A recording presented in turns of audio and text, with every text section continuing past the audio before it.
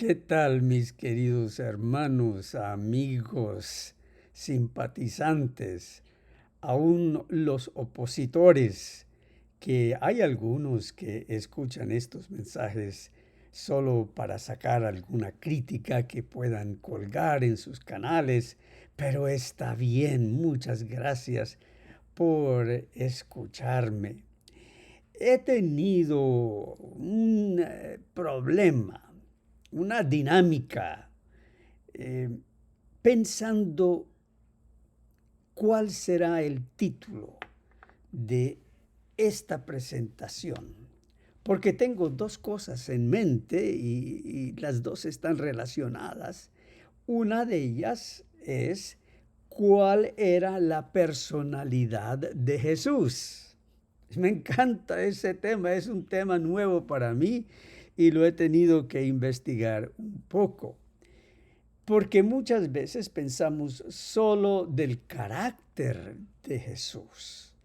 Un carácter justo, recto, puro, en todo aspecto, acepto totalmente ante Dios, sin tacha alguna, sin desliz alguno, ni por el más fugaz pensamiento. Tenemos ante Dios en Jesús un carácter que es acepto, es más que acepto, sobrepuja y llena más de lo que pide la justicia de la ley. La justicia de Cristo manifestada en su carácter de dar su vida por nosotros. Es una justicia que ofrece y da mucho más de lo que pide la ley. Por eso es que cuando el apóstol Pablo compara su carácter con el carácter de la ley, él dice, no, yo soy fariseo, yo no cumplo con la ley. Y cuando David, el salmista David, que escribió el Salmo 119, como ustedes vieron en el último mensaje, después de haber escrito todo el Salmo 119, en el cual él pareciera colocarse al mismo nivel de la ley y pedirle a Dios que lo acepte porque Él ha guardado y ama y ha sido leal en sus mandamientos. En el último versículo del Salmo 119, un versículo que casi todos desconocen, David dice, he andado como oveja descarriada. En todo mi periplegio, mi caminar por la ley, finalmente me doy cuenta que la ley sí me ha hecho algo bueno y me ha mostrado que yo soy una oveja descarriada.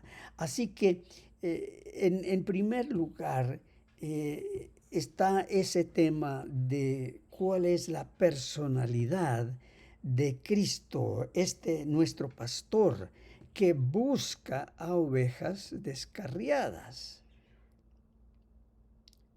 Y claro, nosotros pudiéramos decir, bueno, él busca las ovejas descarriadas porque ese es su carácter. Su carácter es cuidar de las ovejas.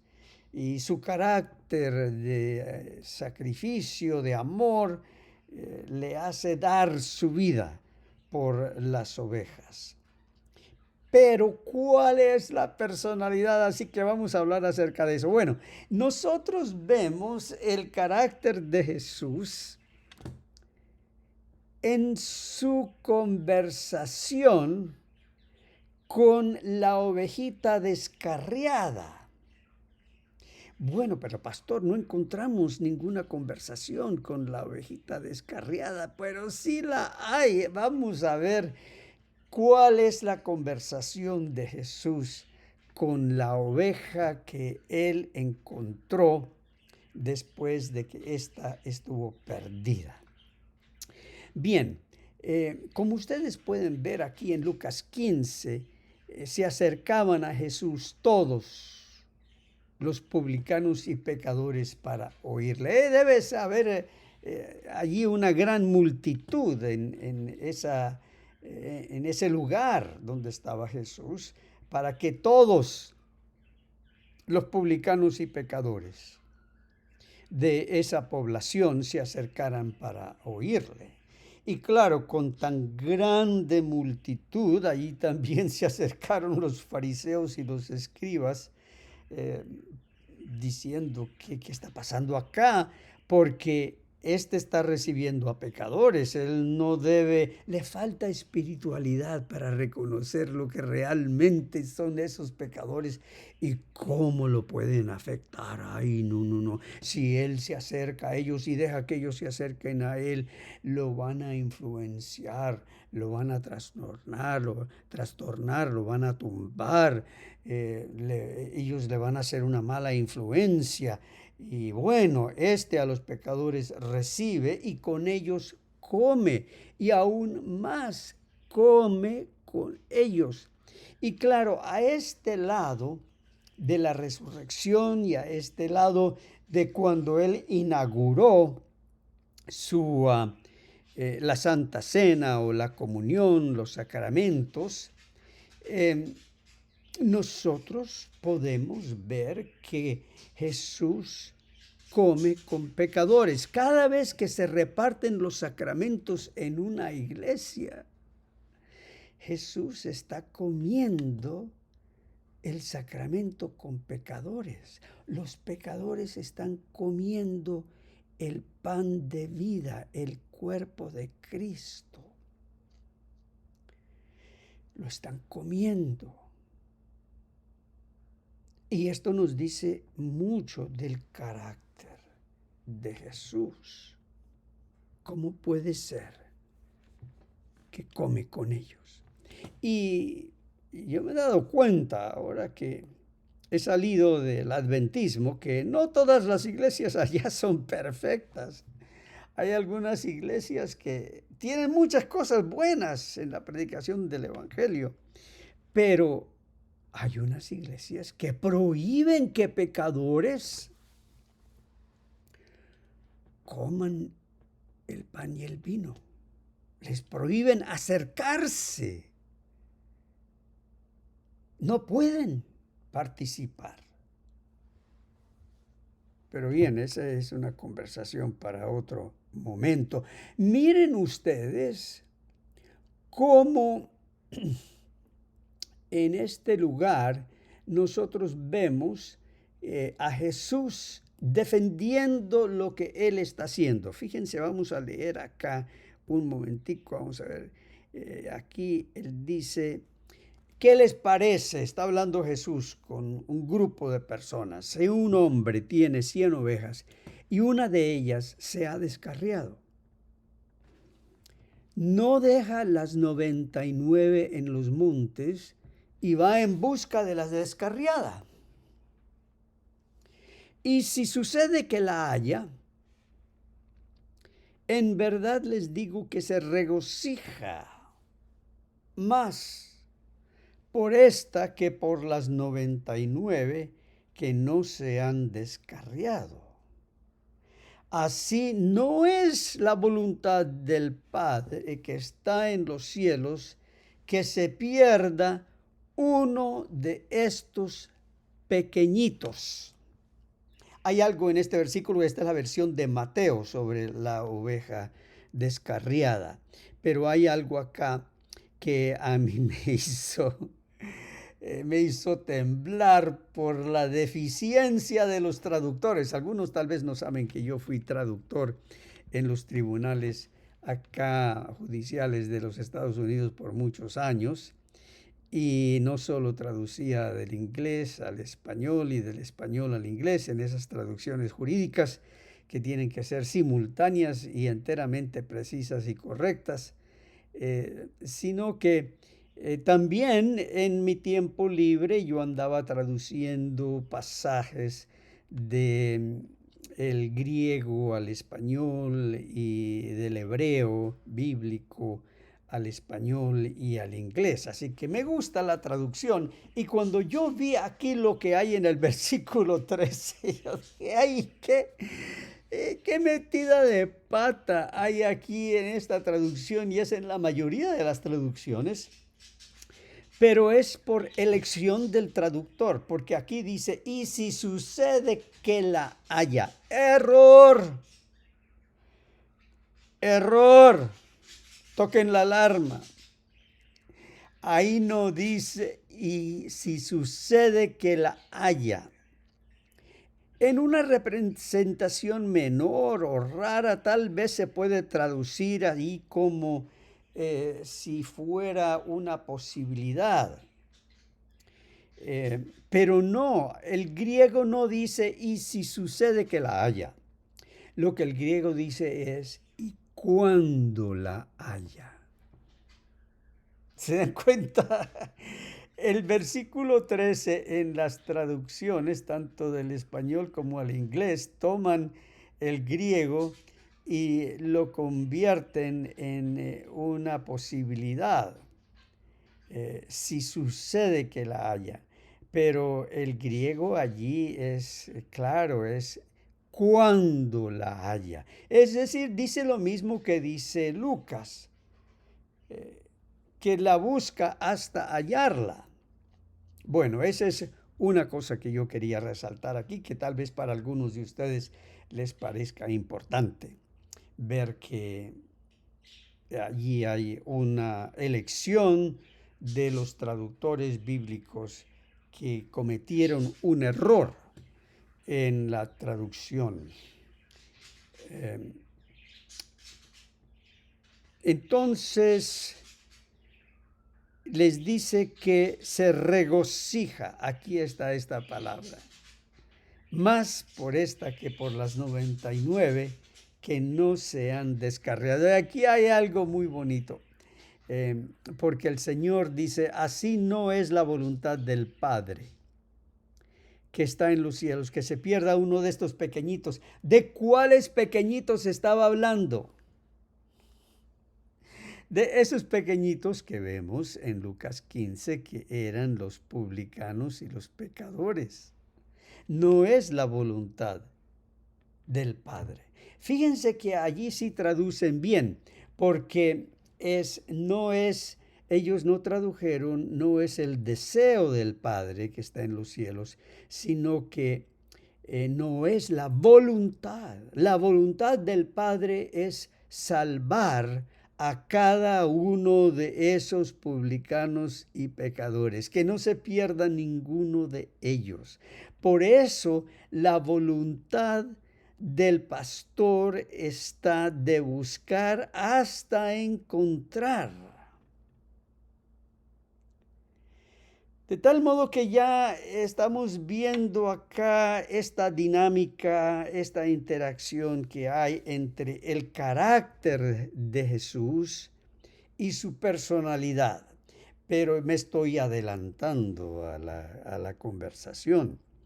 Vamos a regresar ahora aquí a Lucas 15.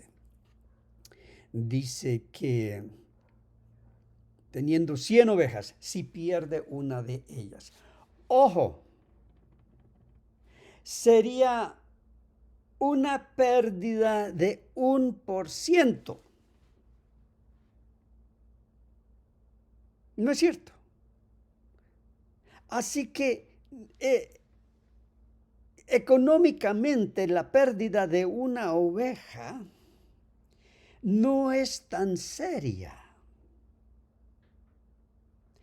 Esa ovejita se pudiera reponer en el siguiente parto de las preñadas que están en el redil. De hecho, si se pierde una de las ovejitas, en el siguiente parto, pues puede haber más de una oveja que está con cría, y pueden dar hasta, digamos que hay 5. 5 ovejas paridas y cada una pare a 2 ovejitas, pues allá se repuso la pérdida de aquella ovejita. De tal modo que hay 100 ovejas, se pierde una, pero se van a reponer en el siguiente parto 10. Entonces, ¿qué valor económico tiene esa ovejita que se ha perdido, se ha ido por el desierto, vagabunda, se dejó llevar por alguna atracción, algunos pastos que vio, que pensó que serían buenos para ella y se metió y por ahí cayó en un pedregal que la llevó resbalando a donde había un matorral seco cerca del precipicio, y para no caerse por el precipicio la ovejita trabó sus patas en el matorral y con las patas seguía despegando el pedregal hasta que ya casi el mismo matorral perdía la raíz. Así que no es una oveja, a primera vista, no es una oveja de gran valor, porque esa ovejita se puede reponer fácilmente. Y 1% de pérdida, seguramente eso ya está tramado, está compensado en el negocio del cuidado de ovejas que tiene el pastor. De hecho, se me hizo interesante e investigué este dato. Le pregunté a Google, la inteligencia artificial, en un rebaño normal de ovejas en el Medio Oriente durante el tiempo de Cristo, ¿qué porcentaje eran hembras? Y para mi gran sorpresa, esto es lo que encontré. Estas son cositas que no habíamos visto antes en la parábola de la oveja perdida. En un rebaño típico del Medio Oriente en tiempos de Cristo, la gran mayoría de las ovejas eran hembras, constituyendo generalmente más del 80 al 90% del grupo, ya que los machos carneros se mantenían en números mínimos necesarios para la reproducción. Así que de las 100 ovejas, ¿cuántas eran hembras? Bueno, podemos decir que tal vez 80, 90.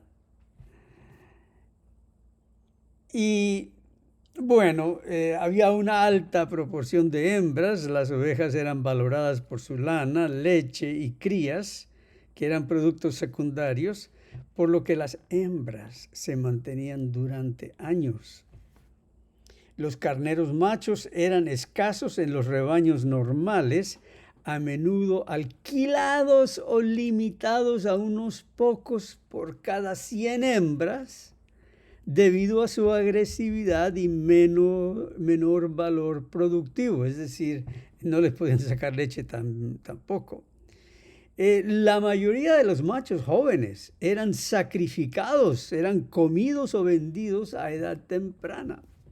Ahora, en el contexto de la oveja perdida, la parábola del buen pastor que deja 99 para buscar a una, ilustra este rebaño mayoritariamente femenino, 99% hembras o hembras con sus corderos. Y para los que le interese, la raza probablemente era la raza Awasi, de cola grasa.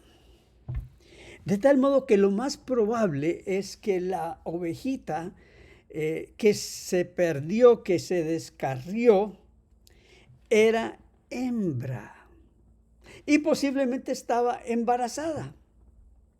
Pero a lo que voy es que, digamos, pongamos el número más bajo, era el 80% de del redil, así que había 80 ovejas hembras y las 80 estaban embarazadas y cada una de esas hembras puede parir de 2 a 3 ovejitas. Y vamos a tomar el número más bajo, que es el 2. Cada 5 meses, ese es el periodo de gestación, 5 meses, así que tomando las 80 ovejas y las multiplicamos 80 por 2, son 160. Pero ahora tomemos la posibilidad más grande. Supongamos que del rebaño 90 ovejitas eran hembras y estaban preñadas, y esas 90 en 5 meses darían cada una de ellas 3 ovejitas, de tal modo que en 5 meses llegarían 270 ovejitas más. 9 por 3, 27, o 90 por 3, 270.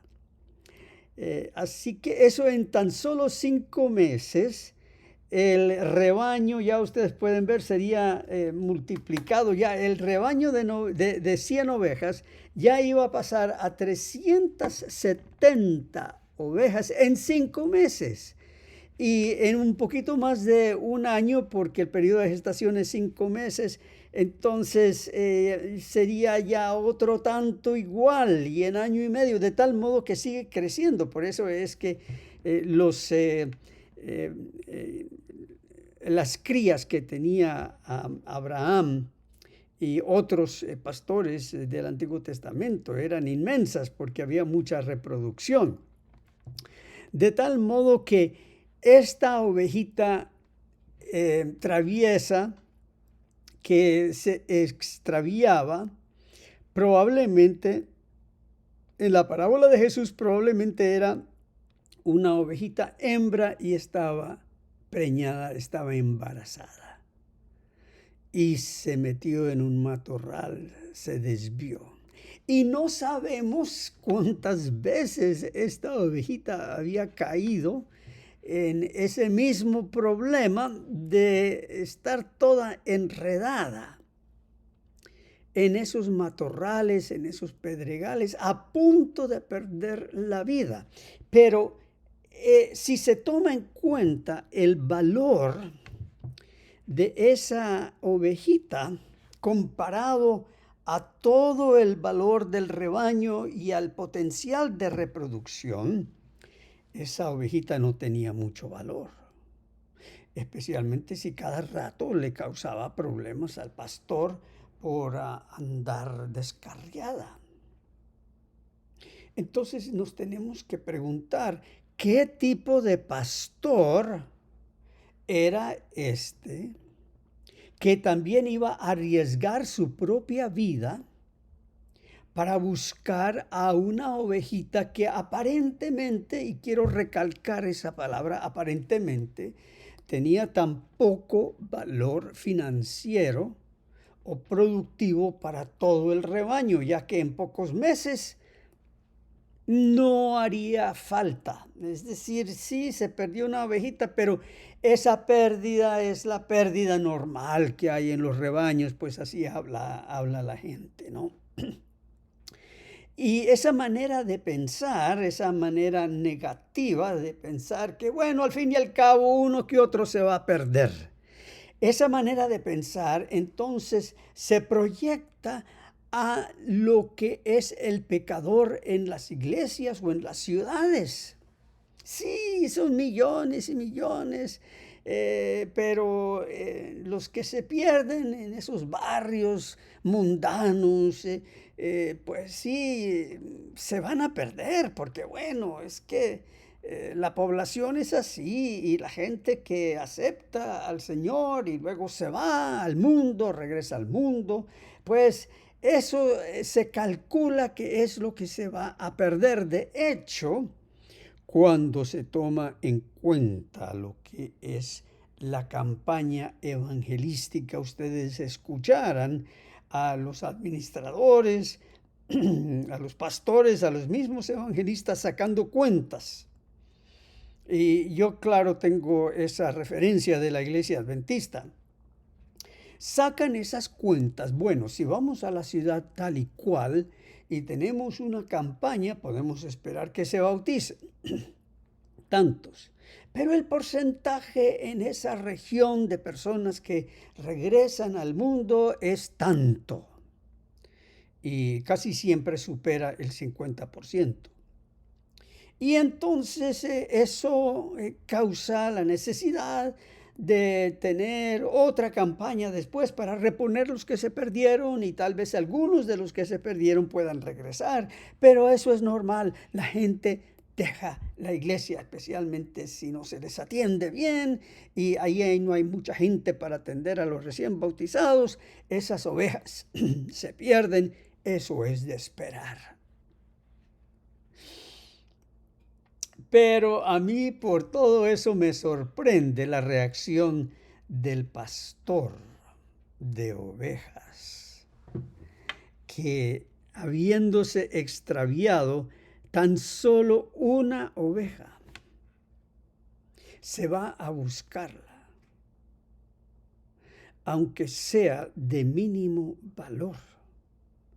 De tal modo que el Señor busca las ovejas que la sociedad, las iglesias, las familias, los papás, los curas, los sacerdotes, los pastores, los evangelistas piensan que son personas pues de menos valor.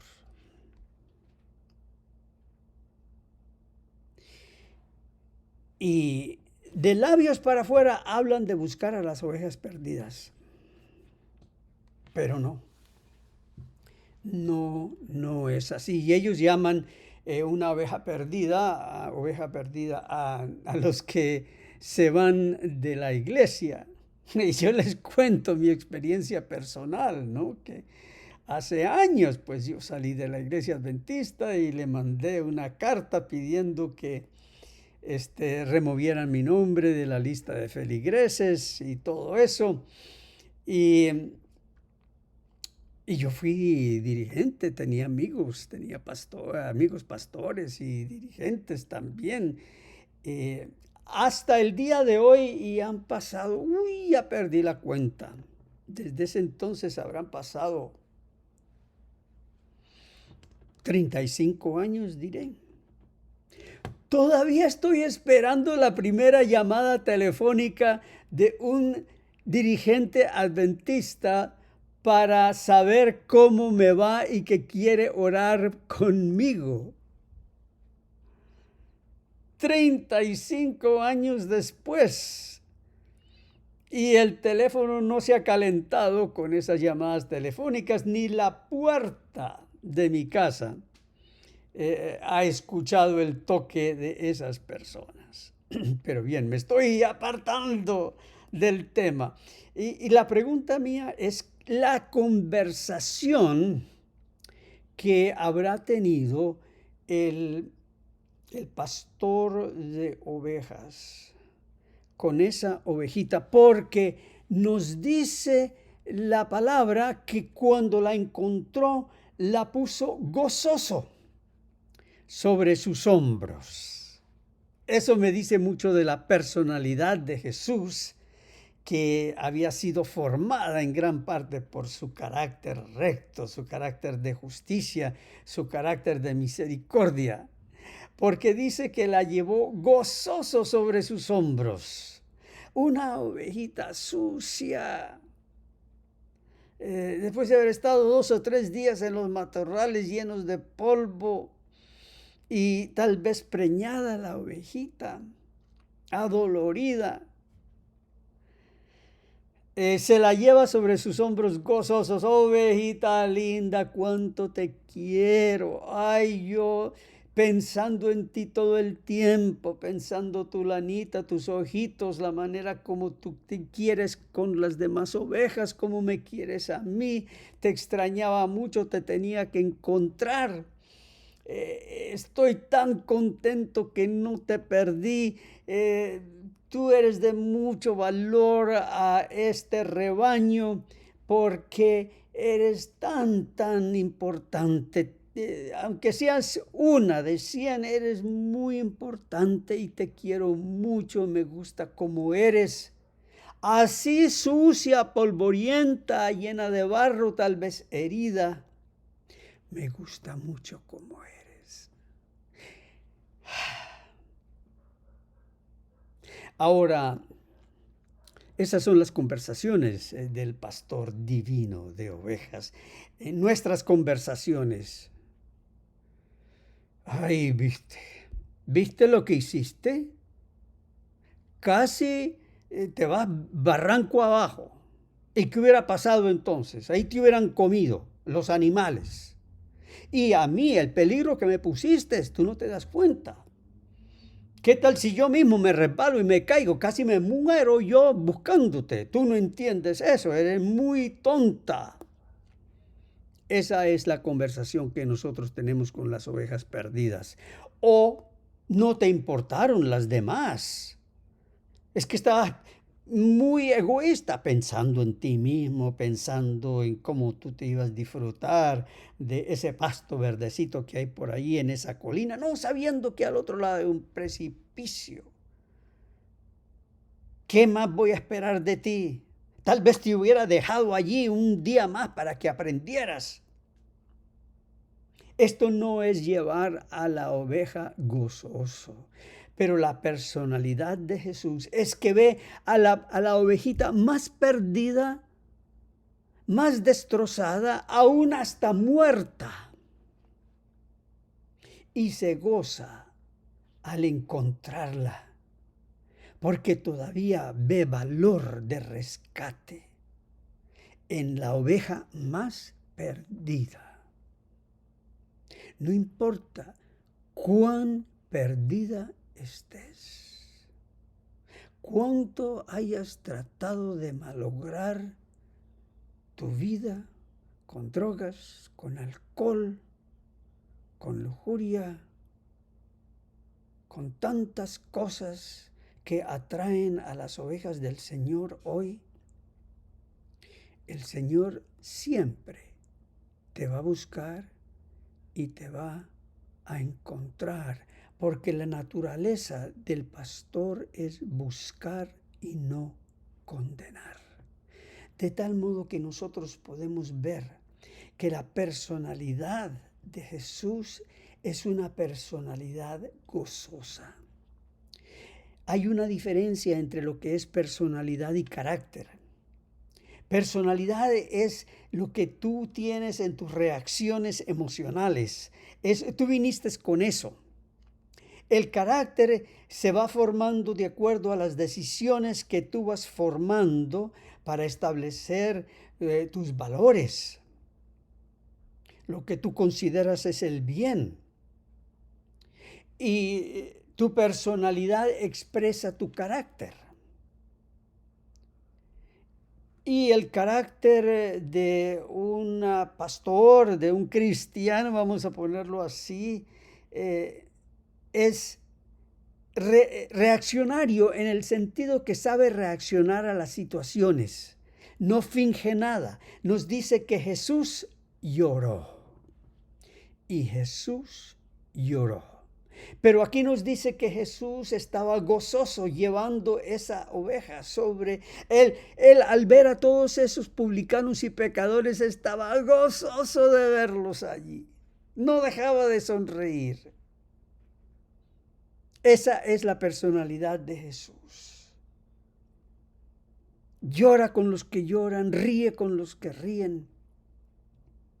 Pero más que todo, es una persona gozosa.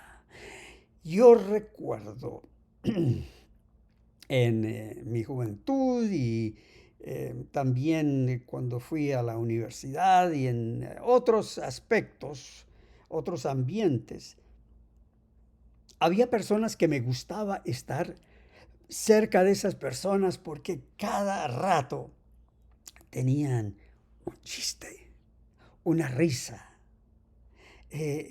contaban cosas positivas, cosas que lo hacían sonreír a uno, eran personas alegres. Me gustaba tener profesores, así que había muy pocos de ellos, debo decir. Y también en las iglesias se encuentran personas alegres. En mi familia, cuando yo era niño y muchacho, había una familia que se llamaba la familia Pina. Eh, Ella era colombiana, Esther, y el esposo era español. Pero la señora Pina era constantemente una persona de alegría.